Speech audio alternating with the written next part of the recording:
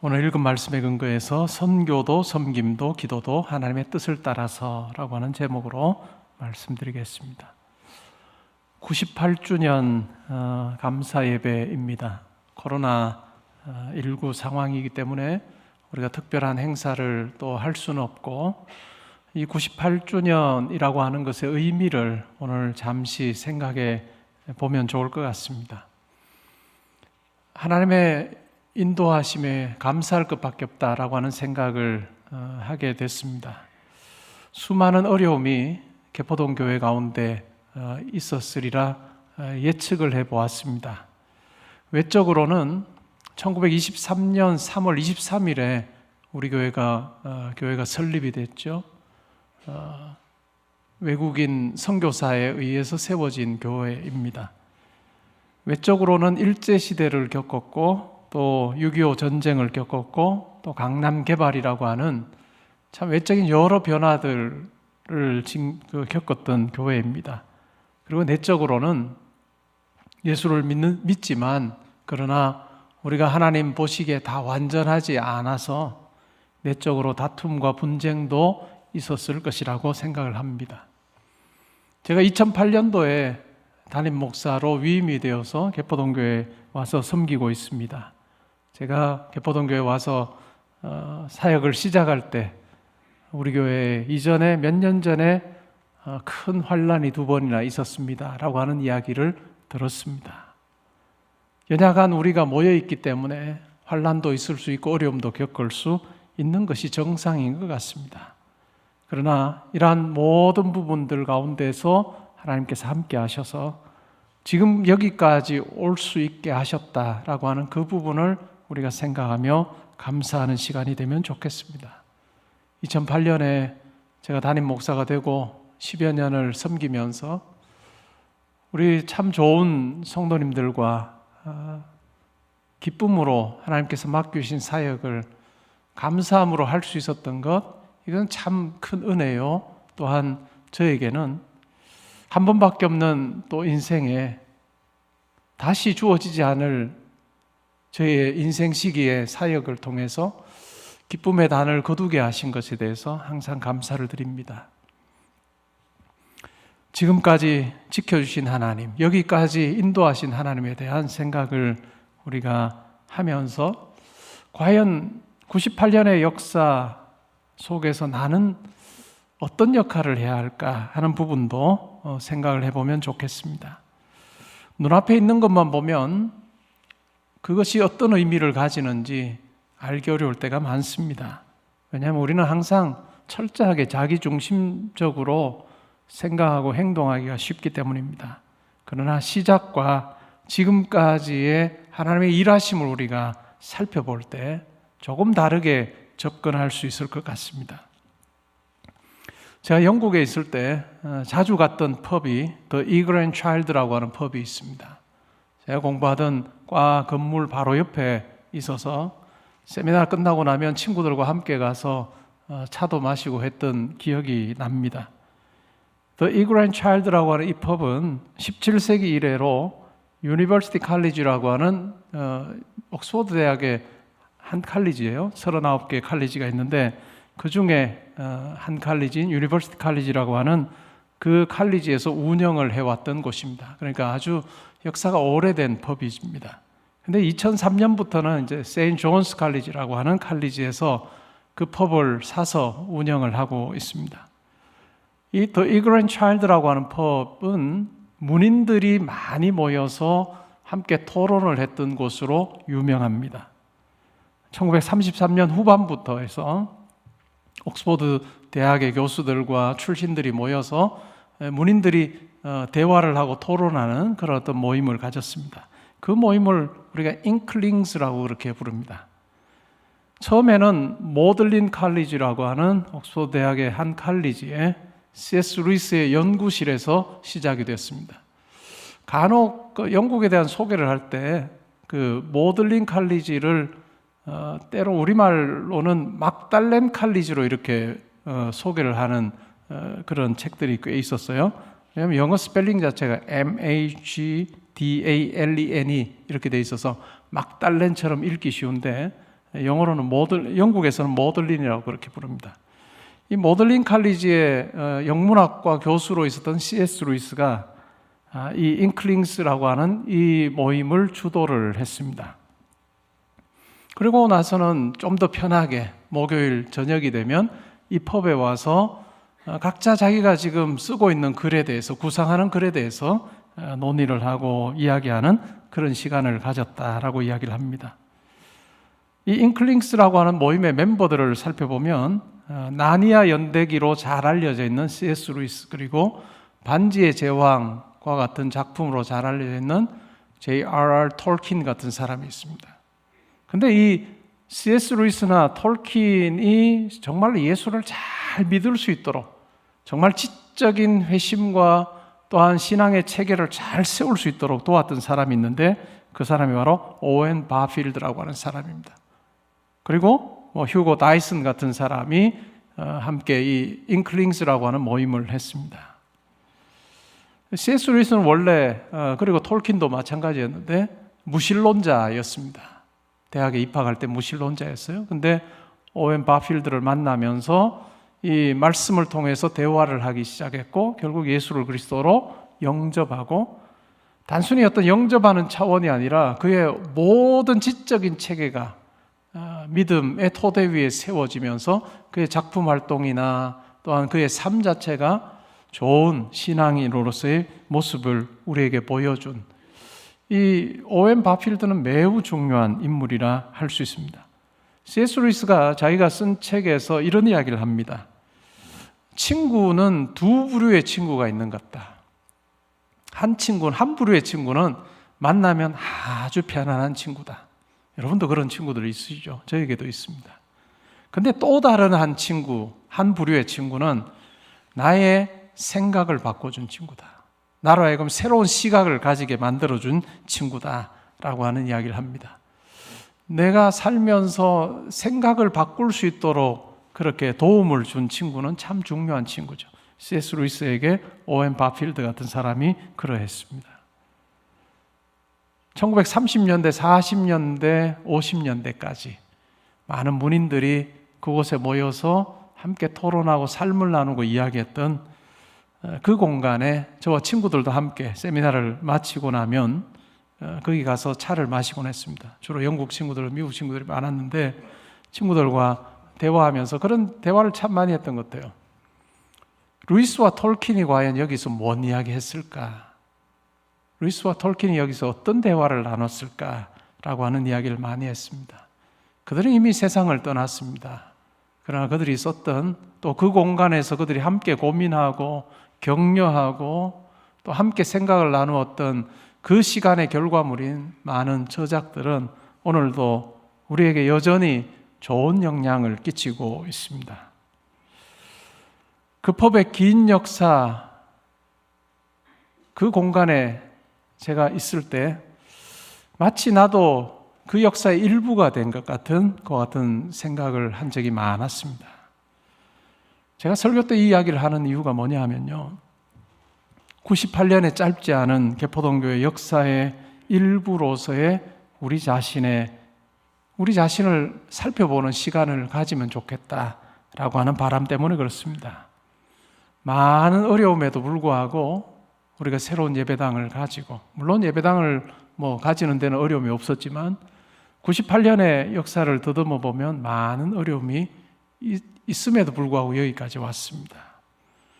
그동안에 많은 분들의 수고가 있었죠. 우리가 그것을 잊지 않는 것은 참 중요할 것 같습니다. 그런데 그것보다 더 중요한 게 뭘까요?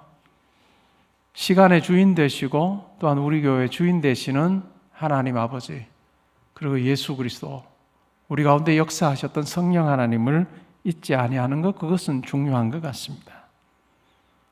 제 바로 전에 지금은 원로 목사님 되신 목사님께서 32년을 담임 목사로 섬기시다 은퇴를 하셨습니다. 사역의 바통을 저에게 이어주신 거죠. 제가 그 사역의 바통을 이어받아서 10여 년 동안 아주 즐거운 마음으로 잘 감당하고 있습니다. 저만 그럴까요? 그리고 언젠가는 제가 우리 교단이 정한 그 은퇴하는 시점이 되면 저도 열심히 달린 제 사역의 바통을 또 저를 이어서 담임 되실 목사님에게 전해주는 것이 또 저의 사명이라고 저는 생각을 합니다. 근데 저만 그런 것 같지는 않습니다. 우리 모든 성도님들도 마찬가지일 것입니다. 여러분이 열심히 교회를 위해서 수고했던 여러분이 달릴 때 쥐고 달렸던 그 사역의 바통을 또 누군가에게 전달해주고 또 여러분들의 후배들이 열심히 달리도록 또 길을 내주고 또 격려하는 그것도 참 중요한 일이다라고 하는 생각을 합니다. 교회는 유력한 한 사람이나 한 가문에 의해서 유지되지 않습니다. 우리 교회도 마찬가지죠. 많은 성도님들의 협력을 통해서 우리 개포동교회가 지금까지 유지되었고 또 앞으로도 그렇게 유지될 것입니다. 교회 주변의 인근의 환경이 바뀌면서 또 새로 등록하시는 분들도 계십니다. 새로 등록하시는 분들 마음속에도 이 개포동교회의 역사 속에 내가 일부가 되어서 하나님께서 나에게 바통을 넘겨주실 때 내가 잘 감당하겠습니다 라고 하는 그 마음 가지고 함께 예배하고 또 신앙생활하고 섬기면 좋을 것 같습니다. 왜냐하면 어느 누구도 주인이 아니기 때문입니다. 오직 주인이신 하나님께서 여러분들을 부르시고 여러분들에게 일을 맡기시면 우리는 즐거운 마음으로 감당하다가 하나님 앞에 서서 우리가 한 일에 대해서 참 좋은 평가 얻으면 그것보다 더 복된 것은 없다라고 저는 그렇게 생각을 합니다. 다시 본문으로 들어가면 좋겠습니다. 우리가 본문 22절부터 33절까지 읽었는데 크게 오늘 두 부분으로 나눌 수 있습니다. 22절부터 29절까지 서바나로 가고자 하는 바울입니다. 바울은 안주하지 않습니다. 우리가 계속해서 로마서를 살피고 사도행전을 살피면서 확인했듯이 그는 1, 2, 3차 전도 여행을 통해서 예수를 알지 못하는 도시에 가서 복음을 전했습니다. 1, 2, 3차 전도 여행의 그 지역은 로마의 동쪽 지역입니다. 이 동쪽 지역은 바울에게는 꽤 익숙한 지역들입니다. 그는 길기야 다소에서 태어난 사람이고 또 거기에서 교육을 받은 사람입니다. 그리고 이 동쪽 지역은 헬라어를 사용하는 지역입니다. 바울에게는 굉장히 익숙하고 편한 지역입니다. 그곳에서 바울은 열심을 내어서 계획을 세워서 1, 2, 3차 전도여행을 했습니다. 그럼에도 불구하고 그는 많은 고난을 겪었죠. 그리고 3차 전도여행의 이제 끝 무렵에 바울은 자기가 이방인 교회에서 모은 헌금을 가지고 예루살렘 교회에 가서 그 성도들에게 헌금을 전달하기를 원한다라고 하는 마음을 표현합니다. 그리고 예루살렘에 갔다가 로마로 와서 여러분들을 만나고 내가 스페인으로 가기를 원합니다 라고 하는 그의 사역의 계획에 대해서 이야기를 하고 있습니다. 이 스페인으로 갈 때 당신들이 나를 도와주면 좋겠다, 기도로 물질로 도와주면 좋겠다라고 하는 이야기를 하고 있습니다. 그런데 이 스페인이라고 하는 지역은 어떨까요? 굉장히 낯선 지역입니다. 로마의 동쪽 지역에 살았던 바울에게는 굉장히 낯선 땅입니다. 그 당시에 이 로마의 서쪽을 야만인들이 거하는 땅이라고 그렇게 부르기도 했습니다.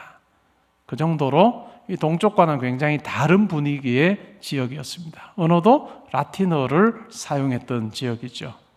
그러니까 여러모로 이 바울에게는 생소할 수도 있고 힘들 수 있는 지역입니다. 그럼에도 불구하고 바울은 안주하지 않고 내가 스페인으로 가서 복음 전하기를 원하는데 당신들도 함께 해주면 좋겠다라고 그렇게 부탁하고 있습니다. 그리고 30절부터 33절에는 바울의 기도 요청이 나옵니다. 30절에 보시면 이렇게 말합니다. 너희를 권하노니 너희 기도에 나와 힘을 같이하여 나를 위하여 하나님께 빌어달라라고 그렇게 이야기를 하죠.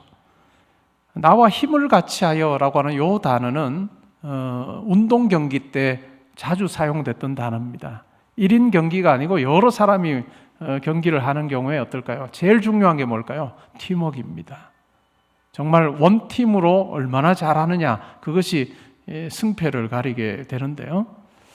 바울은 기도를 요청하면서 운동 경기 때 사용했던 우리가 성령 안에서 한 마음이 되어서 한 팀이 되어서 함께 기도하면 좋겠다라고 그렇게 말하고 있습니다. 세 가지 기도 요청을 합니다.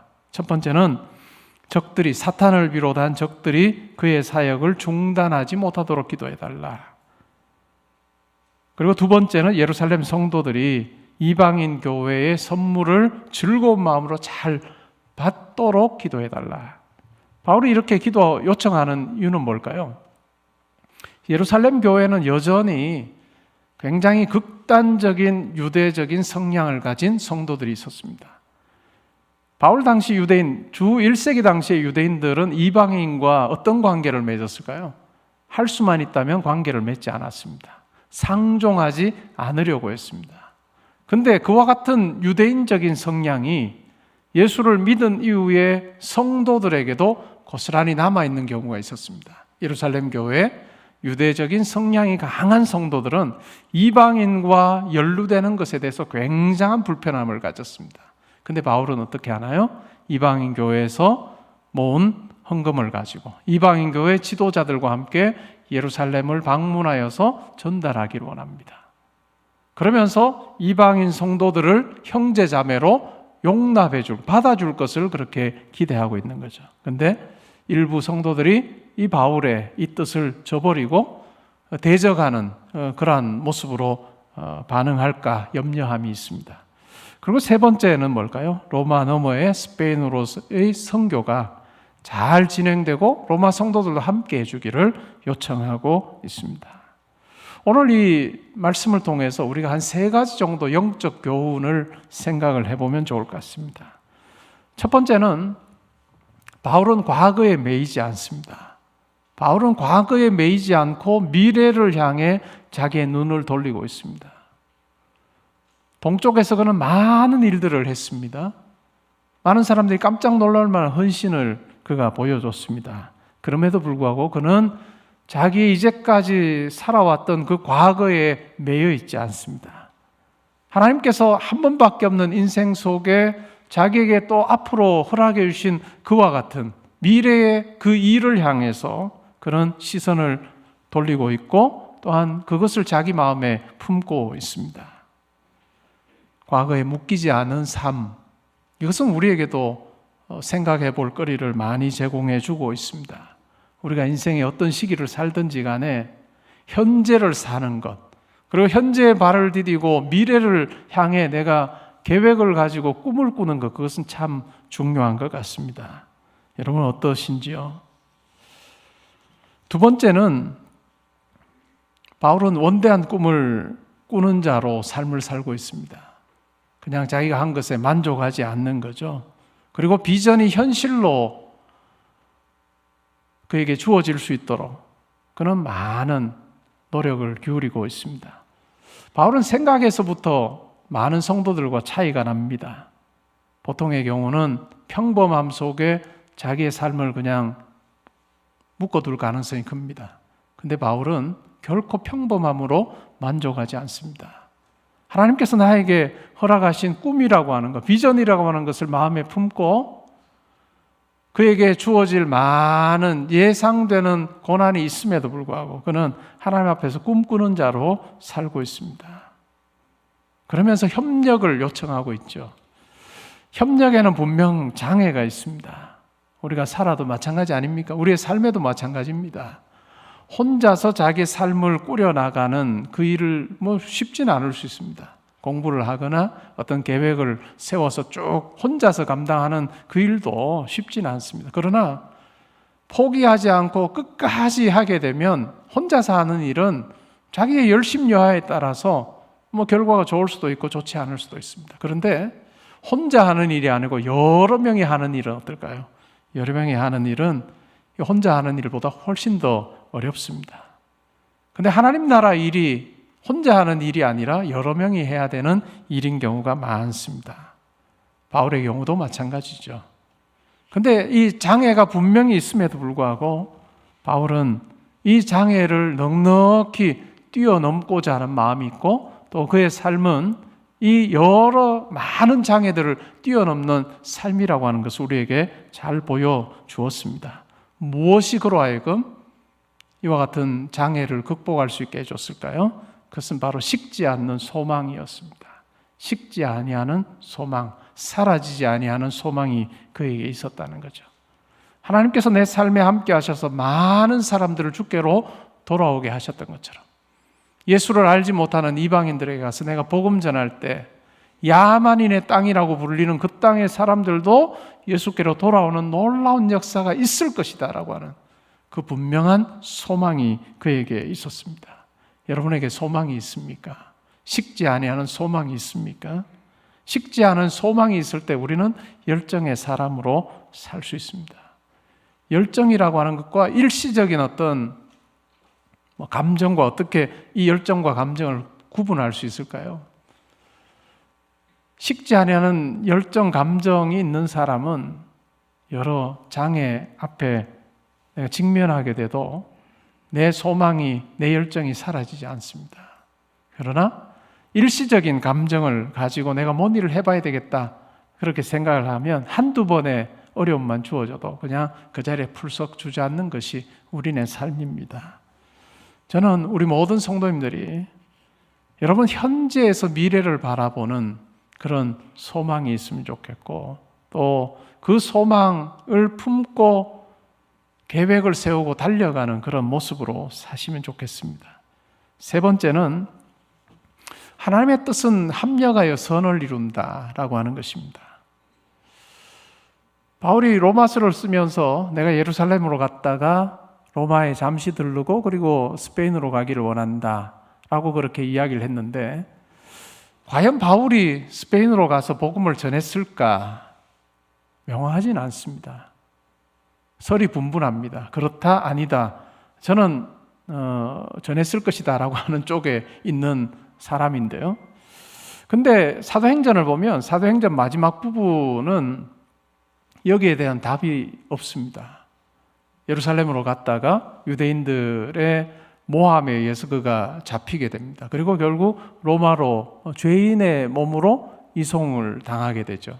그리고 로마 황제 앞에 서서 판결을 받아야 되는 그와 같은 형편에 처합니다. 한 2년 정도를 가택연금 상태에서 자기를 방문하는 사람에게 복음을 전하는 그러한 것으로 끝이 납니다. 사도행전의 마지막 단은 아꼴로떼오라고 하는 단어인데 거침없이라고 하는 단어로 끝이 납니다. 자기는 매였어도 바울은 매였어도 하나님의 복음은 매이지 아니하고 거침없이 복음이 필요한 자들에게 확산되는 그러한 의미를 담아서 아꼴로떼오라고 하는 단어로 끝을 냅니다. 거침없이. 그 이후 바울이 어떠했는지 황제 앞에 서서 그냥 무죄 선언을 받았는지 아니면 죽게 됐는지 우리는 명확히 알 수 없습니다. 여러 교부들의 글을 보면 아마 풀려나서 스페인으로 갔다 와서 다시 잡혀서 순교했다라고 하는 이야기를 하는 교부들도 있습니다. 근데 명확하지는 않아요. 사도행전이 쭉 바울의 이 고소 사건을 다루는 걸 보면 아마 풀려났을 거다라고 하는 생각을 하기는 합니다. 몇 번 총독 앞에 섰거나 아니면 왕 앞에 아그리빠 왕 앞에 섰을 때 바울이 황제에게 요청하지 않았으면 아마 그냥 놓일 수도 있었겠다라고 하는 중간 평가를 보면 아마 노임받았을 가능성이 크다라고 생각은 할 수 있지만 그러나 팩트는 아닙니다. 근데 참 놀라운 것은 로마서라고 하는 이 편지가 바울이 로마에 있는 교회들의 성도들에게 편지하면서 내가 예루살렘을 갔다가 스페인으로 가서 복음 전하기를 원하는데 그때 당신들이 나를 도와주시오 라고 하는 그 목적을 가지고 쓴 편지가 바로 로마서입니다. 그러면서 그 이전에 예수 그리스도 안에서 우리가 어떻게 의롭게 되고 또 우리의 삶이 성화되어 영화의 단계까지 이르게 되는지를 어떤 편지보다도 정말 체계적이고 일목요연하게 적은 편지가 바로 로마서입니다. 하나님께서는 바울로 하여금 그 계획을 가지게 하시고 로마에 있는 성도들에게 편지를 쓰게 하셨습니다. 그가 스페인을 다녀왔든 다녀오지 않았든 하나님의 계획하심은 뭘까요? 이 편지를 통해서 2000년 가까이 많은 성도들을 새롭게 하시는 일을 행하셨고 또한 교회를 든든하게 세우는 그 일을 행하셨다는 것을 우리는 기억할 필요가 있습니다. 그렇기 때문에 하나님의 뜻은 합력하여 선을 이룬다라고 하는 것을 우리가 생각해 볼 수 있습니다. 잠언 19장 21절은 이렇게 말합니다. 사람의 마음에는 많은 계획이 있어도 오직 여호와의 뜻만이 완전히 서리라. 우리 삶을 돌아보아도 이 부분이 진리인 것 같습니다. 말씀을 맺기를 원합니다. 흔히 세 부류의 성도들이 있다라고 이야기합니다. 첫 번째는 있어서는 안 되는 성도, 두 번째는 있으나 마나한 성도, 세 번째는 꼭 있어야 되는 성도. 사람도 마찬가지겠죠. 교회 밖에 조직에서도 마찬가지일 겁니다. 선한 사마리아인의 비유를 통해서 보면 어떨까요? 있어서는 안 되는 사람이 누굴까요? 강도예요. 그죠? 남을 해치는 강도. 있으나 마나한 사람은 누굴까요?